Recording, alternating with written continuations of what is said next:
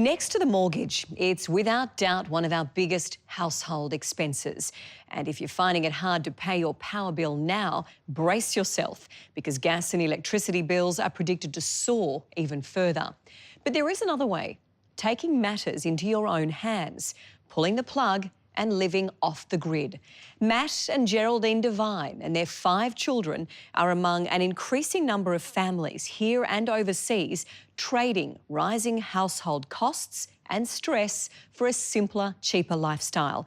For the Devines, that means growing their own food, no TV, no technology, and best of all, no power bills. Here's Denham Hitchcock.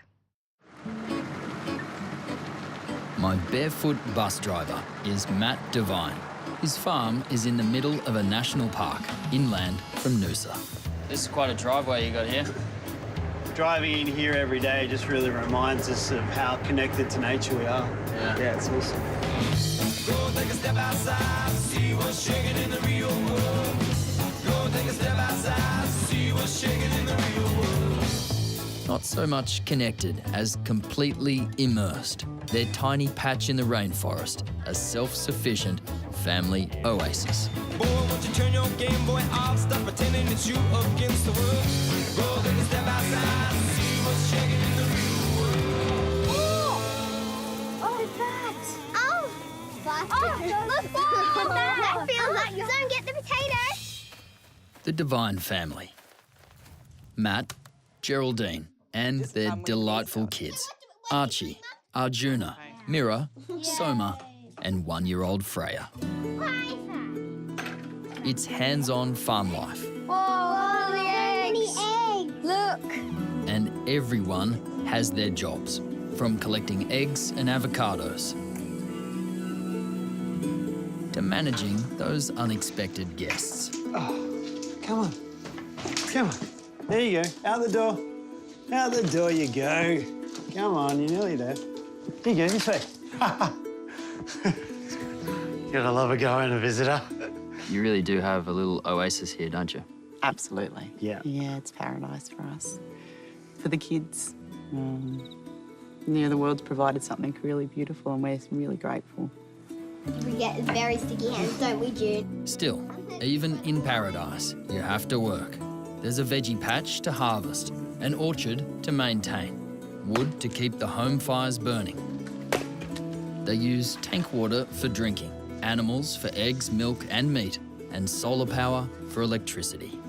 It is totally off the grid and totally self-sufficient. There's no technology of any kind and no complaints. Hey, coming in, watch your fingers. What about TV? I noticed there's no TV in the house. No. None of that. Never watch it? No. No. Never. You seen a TV? You watch TV though? No. You never watch TV? No. Never. Not a single thing? Nope. Nothing at all on television? Nothing. Nothing. Are you serious? Yeah. Yeah. No Facebook? No. Instagram? No. Twitter? No. No social media? No. No internet? No. No iPads? No. No iPhones? No. Do you realise how unusual that is for these times? Yeah, it sort of is unusual because we see a lot of kids when we go to the markets on them. Yeah. They're just glued looking to at us. it. Yeah, they're Like just glued. none of their surroundings are distracting them. Do you feel like you're missing anything? No, No. nothing. Nothing. I feel like the other kids are missing something. Yeah. What do you think they're missing? This. And because this is self-sufficient, there's no shopping to be done, bills to pay, an enticing possibility in times of mortgage stress and mounting household expenses.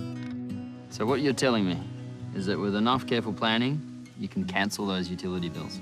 Absolutely. Without a doubt. Well, grow your own food, cook your own food, have your food last you through the seasons. Can you chop your wood to make fire? Can you collect your own rainwater? Can you make electricity for these luxuries that we like to have from the sun? It's not complicated.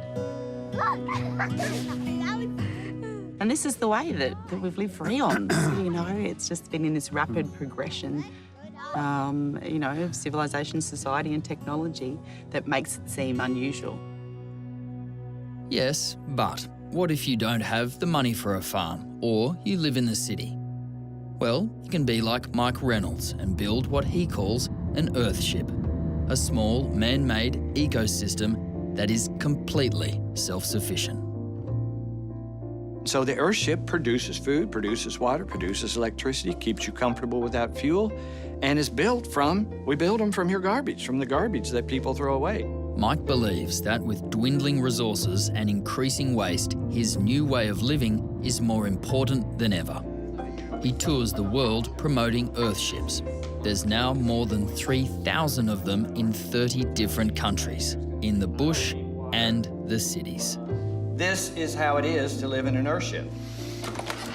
Walls are made from car tyres and topsoil. Plants and vegetables are grown throughout the house. Rainwater tanks, recycled sewage, and of course, solar power. Sometimes on this planet, it gets cold. There is heat coming from the sky. It is the sun.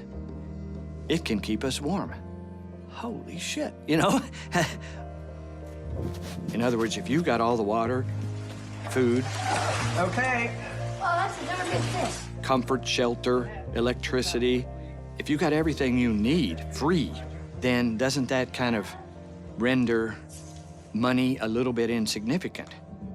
Every man, woman, and child on this planet, it's their God-given right to have sustenance, to have a life. That shouldn't be subject to economy.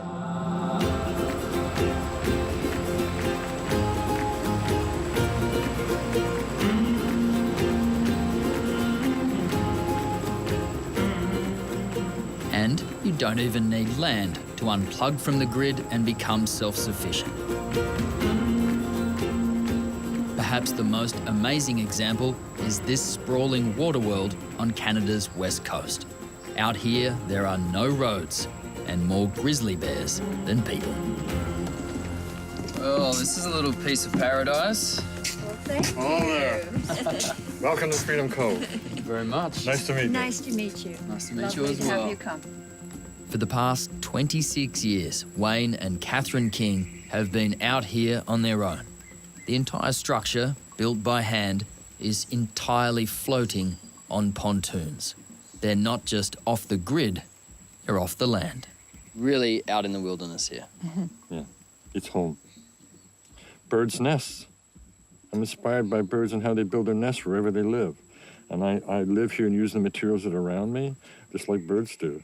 Catherine, when Wayne says to you, I want to drag you out to the wilderness and I want to live on a floating barge in the ocean, honestly, what did you think? I said yes. In fact, it was me who brought him out. Ha ha! It's not the wild man at all, it's the wild woman.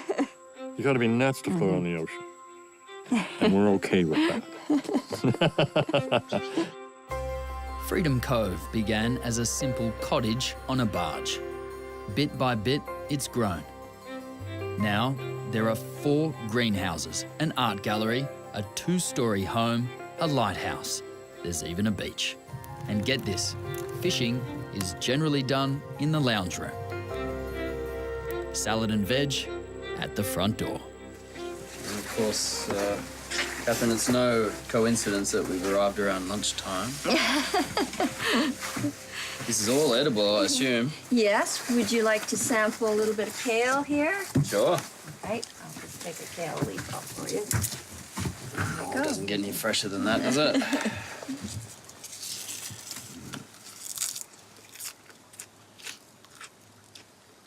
Very green. Yes.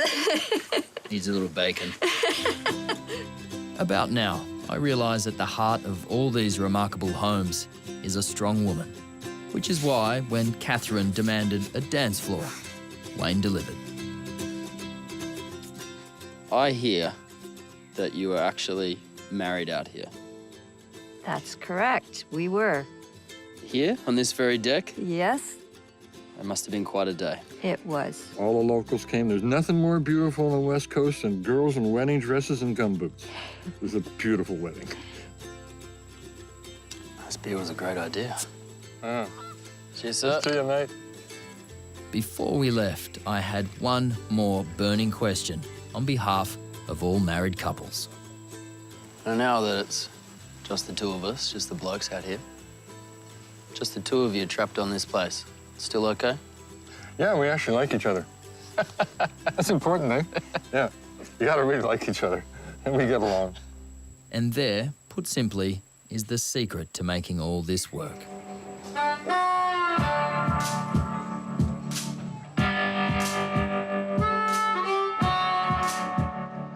Wayne and Catherine in Canada. Matt, Jerry and the kids in Queensland. They are in it together. Yeah, we make them all here on our farm, which is totally off the grid. They keep your food so fresh. So there is some money that's needed, school fees, some produce. Where does that income come from? Yeah, we come up with a product that's a reusable beeswax food wrap. So that is a great alternative to using plastic to wrap and store your food. They make enough from selling these to cover expenses. For anything else, they barter with nearby farms. Thanks so much. Okay, have a great day. Bye. I think that we just need to be more consciously aware daily and about what the choices are that we're making in our life. Because nature is the perfect balancing act. Gently rippling, rolling ashore, sing lullaby, sweet lullaby. And I think as soon as we as a society and Western society can, work towards achieving that balance between technology, nature and family, then, humankind's got great hope. You've got a spider on you, Will. Oopsie daisies. There you go. When we return, a stunning off-the-grid house with a price tag you won't believe. Now, if our story has got you thinking seriously about pulling the plug yourself, here is some inspiration. A house in South Australia made entirely of recycled materials, including tyres, straw, cans and bottles.